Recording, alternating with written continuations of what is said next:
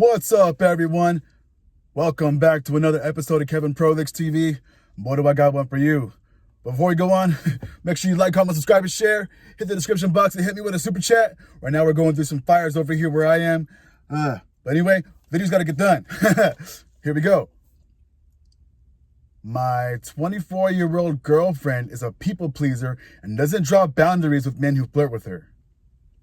Oh, right?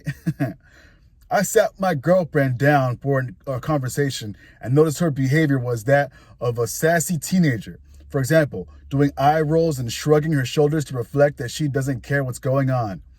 I initiated the conversation and told her that as much as I like her, this person is blatantly disrespectful towards our relationship, and her tolerating the behavior makes me feel like a clown. She used the words, "Deal with it."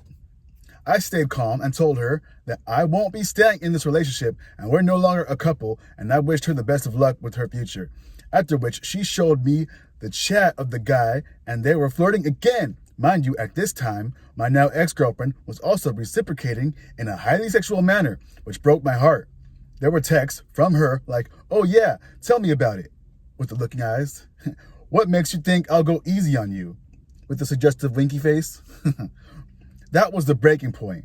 I immediately called her close friend on an audio group call and told them what she did. Seeing me call her friends, she started freaking out and tried to snatch my phone out of my hand. Me, being the taller one, easily managed to tell her friends on the call and simultaneously stopped her from snatching my phone. Luckily, this was all in a busy cafe, so I'm not afraid of any allegations of sexual assault or harassment.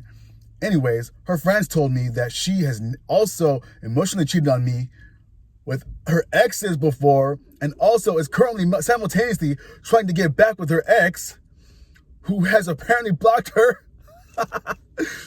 I feel like telling her mother as well, as even though I know it won't really make a difference, but she deserves to know what kind of person her daughter is and what she's doing. I'll be a broken man with trust issues for I don't know how long. I'm also considering starting my therapy once again. I'm grateful for everyone who contributed me with great advice. Thank you. Holy what? Oh man, I'm sorry that happened to you. But good you moved on. Some guys would take that disrespect. I'm glad you didn't. Another person right here, they say, "Just learn. Any disrespect, it's time to leave. This person will never be in a serious relationship. You did nothing wrong and block her on everything." OP says, "You're right. I feel heartbroken that I invested myself in such a woman." Whew. Another person says, "She's narcissistic, a piece of shit, and consider it a major bullet dodged by not going as far as marriage. Sooner or later, they always expose themselves for who they really are." That's very true. Another person says, "You didn't get her pregnant and you didn't marry her. You won." Another person says, "Dude, don't be sad. You literally learned a lesson that some men twice your age have not learned. You should be proud, smiling from ear to ear that you stood up for yourself. You kept your self-respect intact and you didn't compromise on your dignity and your morals. Also, it sounds like you dodged a toxic relationship that you only were in for a few months, if I recall. Also, you learned a valuable lesson." Oh, man. Someone says, "Tough break, man. Even though 21 is pretty young, it still sounds way too childish." Yeah. Another person says, "You definitely did that right. She's clearly not capable or deserving of a trusting, deep, and emotionally mature relationship. I'm glad you let other people in her life know what happened. It wouldn't be fair that she can do that and keep it all in. Those texts that she sent before you broke up were definitely cheating." Another person says, "Now you know your ex-girlfriend was not just a people pleaser, but a serial cheater, looking for external validation wherever she could get it and was sourcing it as well. 2 months with someone who probably love-bombed you, making you believe she was only into you, has to be heartbreaking. But in reality, you question boundaries she probably bragged about crossing, and you didn't cave to her lies and deception. I know it sucks now, but you're lucky you found out and questioned it. Most guys get stuck in believing the lies and suffering through it.